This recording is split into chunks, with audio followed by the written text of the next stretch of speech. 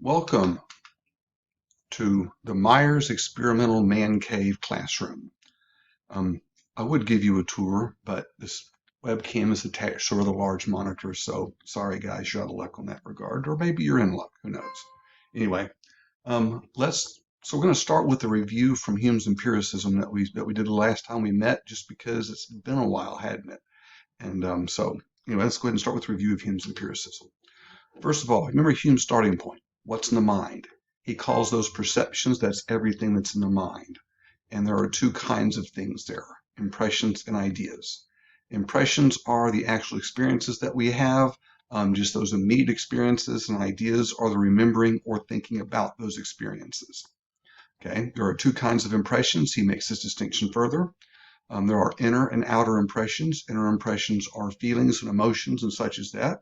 If you get angry, that comes from the inside. Okay. Outer impressions are impressions of sense, and those are just the everyday experiences that we have. There are two kinds of ideas also, simple and compound. Most of our ideas are compound, but they are all reducible, analyzable into simple ideas. Simple ideas are then the building blocks of experience. The relationship between them, remember this, the copy thesis. An idea is a copy of an impression. Without impressions, you don't have any ideas. Okay, this is the core of Hume's empiricism. Also, the meaning thesis, the second core of Hume's empiricism. The meaning of an idea is the impression that it copies. So if you have an idea, you want to know what it means, trace it back to its original impression, and that's the meaning. Okay, the way this all works together, you have impressions, and the mind copies them ideas. This copying is automatic. As it copies, the mind associates the ideas based on three principles: resemblance, contiguity in space-time, and cause and effect. That, in a nutshell, is Hume's empiricism.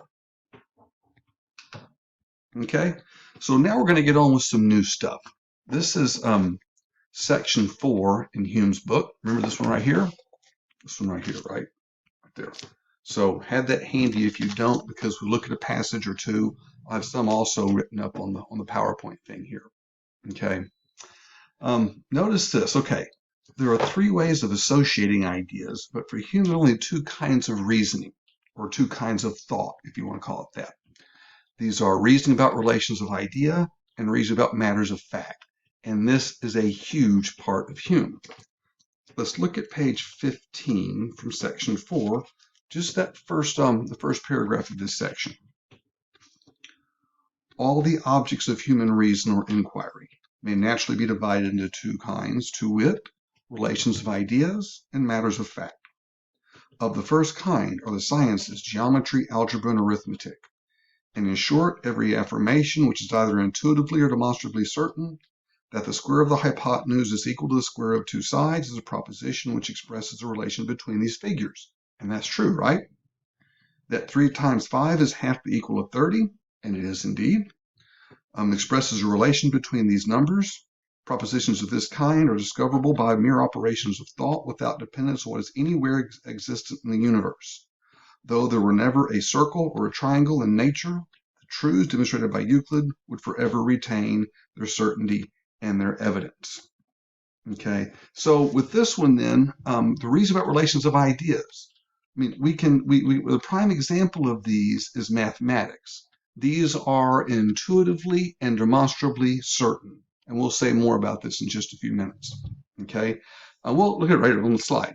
Their denial entails a contradiction. When you deny 2 plus 3 equals 5, well, that results in a contradiction.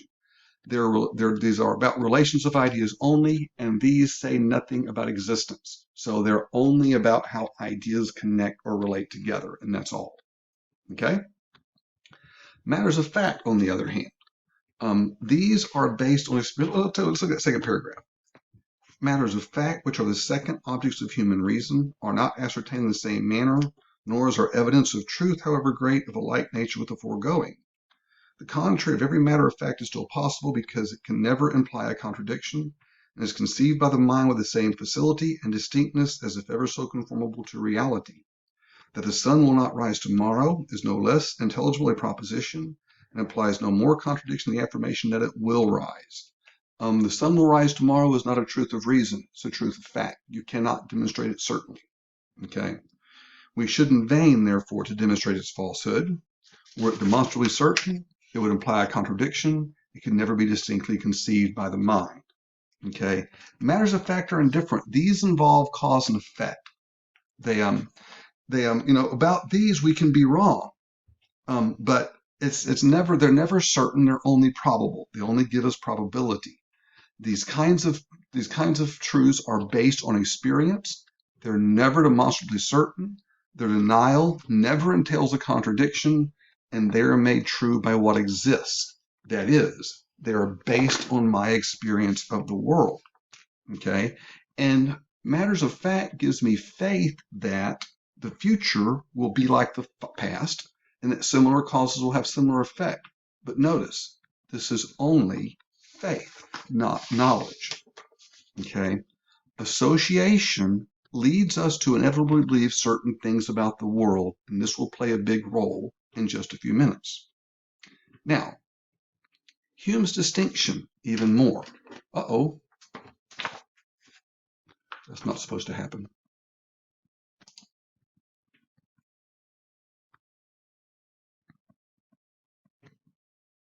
This distinction is what we call Hume's fork, and has been very influential even into the 20th century philosophy.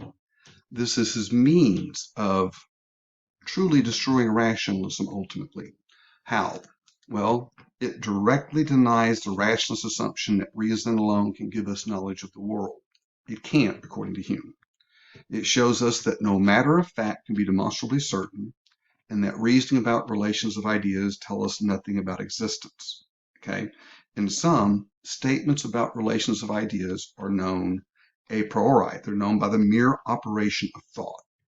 Statements about matters of fact, on the other hand, cannot be known this way. Statements about matters of fact are made true by what exists, and their denial can never entail a contradiction. Statements about relations of ideas are true independently of what exists, and their denial entails a contradiction. So with matters of fact, you have probability, not certainty, and with relations of ideas, you have certainty, but it doesn't say anything about existence. Okay? This notion is central to Hume's critique of metaphysical ideas. Okay? Note that section 4 of Hume's work is called Skeptical Doubts. Okay? He gives us an account of how we come to believe these metaphysical things because we have those ideas, so he has to talk about their origin in some way. But we'll see that it isn't by reason, but it's by our passions that we come to believe them. So let's come to Hume's primary doubt. His primary doubt in both cases is about cause and effect. Okay? He asks, how do we come to our knowledge of cause and effect? He has been using this idea. It seems immensely important to him. It's one of the very basis for associating idea. But if we have this idea, what kind is it? Is it relations of ideas, or is it matters of fact? How did I learn it? Okay, the idea isn't innate, so I must show what impressions give rise to it, right? You get causality through the senses, okay? But from that, you get only A causes B. What about the basic notion of cause and effect? Okay, now, so the senses can't give me the basic notion. Let's look at page 17. Okay, go ahead and grab your book there. I'm looking at the second full paragraph. Where does this idea come from? That's our question. I shall venture to affirm as a general proposition which admits of no exception that the knowledge of this relation between cause and effect is not in any instance attained by reasonings a priori, but arises entirely from experience when we find that any particular objects are constantly conjoined with each other. Let an object present a man of ever so strong natural reason abilities, if that object is entirely new to him, he will not be able, by the most accurate examination of its sensible qualities, to discern any of its causes or effects. Check this out.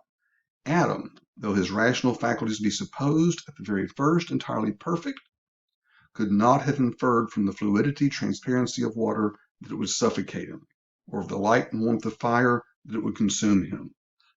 If you never saw water, a body of water, and you ran up to it, you would know if you jumped in and put your head in the water that you could drown. You wouldn't know that, right?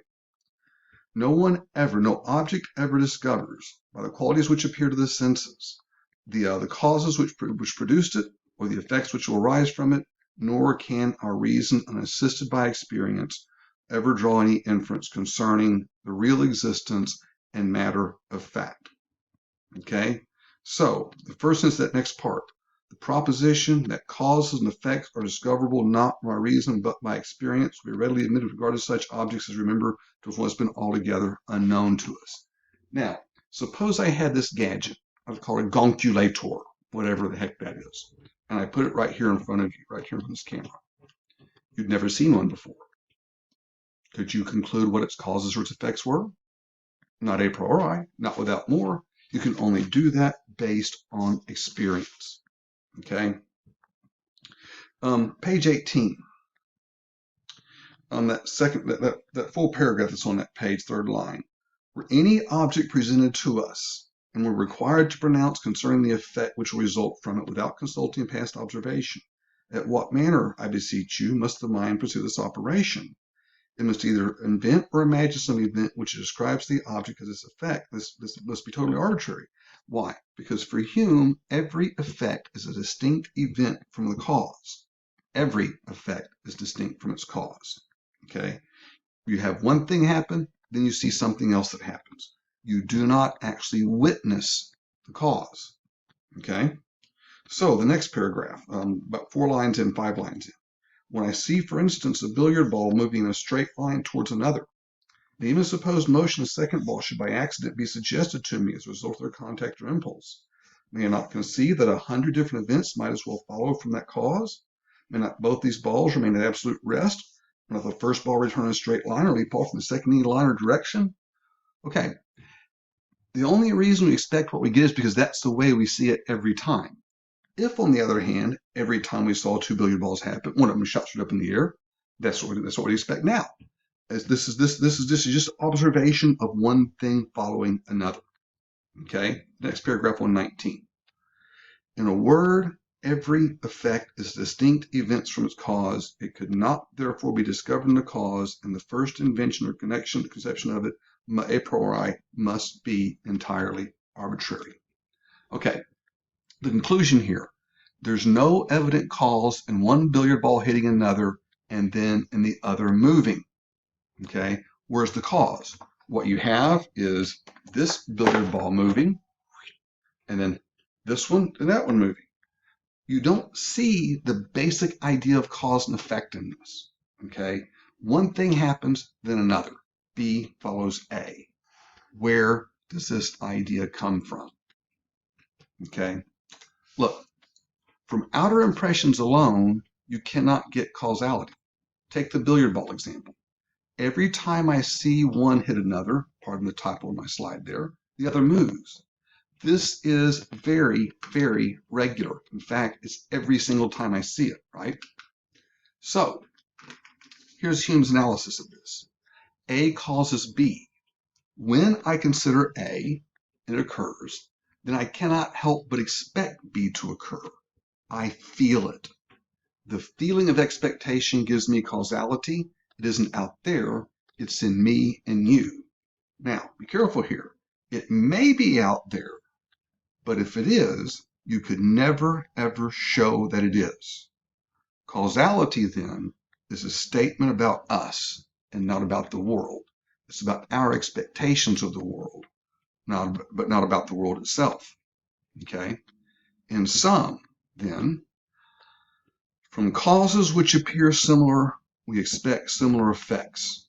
This is the sum of all of our experimental conclusions. Let's talk for a second why we expect it. Why does this happen? And this is a big idea in Hume. We expect it because of custom or habit. Okay? The idea of custom for Hume is huge. It's grounded in our everyday observation of cause and effect. It's our being in the world and the basis of our habits. Okay. Presumably, if you're sitting in a chair right now, I'm sitting in a chair right now, I expect this chair to hold me up. I don't actually have to think about it. I just do it. That's custom. Okay. Think about how much we do that is purely habitual, okay, custom or habit. If we could put a number on it, my guess is the percentage would be in the high 90s. Seriously, think about how many things you do every day that you don't have to think about. Tie your shoes, chew your food, brush your teeth. Sometimes you even get in your car and drive somewhere and you get there and you think, holy smokes, how did I get here? Right? I mean, we've all done that, that sort of that feeling that you just do it automatically. It's habit. And most of our life works this way, which, by the way, is a very good thing. Because if we had to think about everything we did, we would never get by. We could never do it. I mean, if we had to, how do I tie my shoes again? How do I unlock the door? How do I start my car? Right? We just couldn't do it. So habit makes our lives easy. Custom is huge. It's our expectations of the world. You know, if you step in the bathtub, that you're not going to stay on the water. You're going to sink to the bottom. Okay. If you go to the beach, you're not going to walk across. You're going to go down the water. I mean, that's just our expectations. You know that if you let go of something, if you drop something, there you go, paperclip. If you let go of it, it's going to fall, right? Here you go. This is just what we expect, okay? On page 29 of our text, Hume says, custom, then, is the great guide of human life. It's that principle alone which renders our experience useful to us and makes us expect for the future a similar train of events with those which have appeared in the past. Without the influence of custom, we should be entirely ignorant of every matter of fact beyond what is immediately present to the memory and senses. We should never know how to adjust means to end, or to employ our natural powers to the production of any effect. There would be an end all at once of all action, as well as the chief part of speculation. Custom is awesome, and it rules. Okay? We expect it because of custom, and that's why. Now, in part 2 of this section, Hume answers a very important question. Given that the mind associates ideas, and all of this is really rather mechanical, and given custom, how do we distinguish between belief and fiction? The mind can take simple ideas from experience and associate the dickens out of them, so to speak, abstract them to the wildest points. We can voluntarily and wildly make stuff up. We can, he says, for example, join the head of a man in the body of a horse. But, and this is a big but, it is not within our power to actually believe that such an animal ever really existed. So, what's the difference? Page 31, 32, second paragraph. He makes this distinction. We're not actually going to look at this, okay? What he does is this is between fiction and belief. It lies in some sentiment or feeling, okay? And the distinction he makes is very similar between the distinction between impressions and ideas, okay? And 32, about 8 or 10 lines of that paragraph, he says, I say then, it's on the slide right there, that belief is nothing but a more vivid, lively, forcible, firm, steady conception of an object than what the imagination alone is ever able to attain. This distinction, we can't fully explain the difference between them in part because the distinction is based in sentiment, is based in custom. Now, why do we work this way? Well, we don't really know, but it's a good thing we do because this allows us to get by in the world. Custom allows us to do so much and not even have to think about it. And by the way, sentiment is much, much more powerful than rationality ever dreamed of being.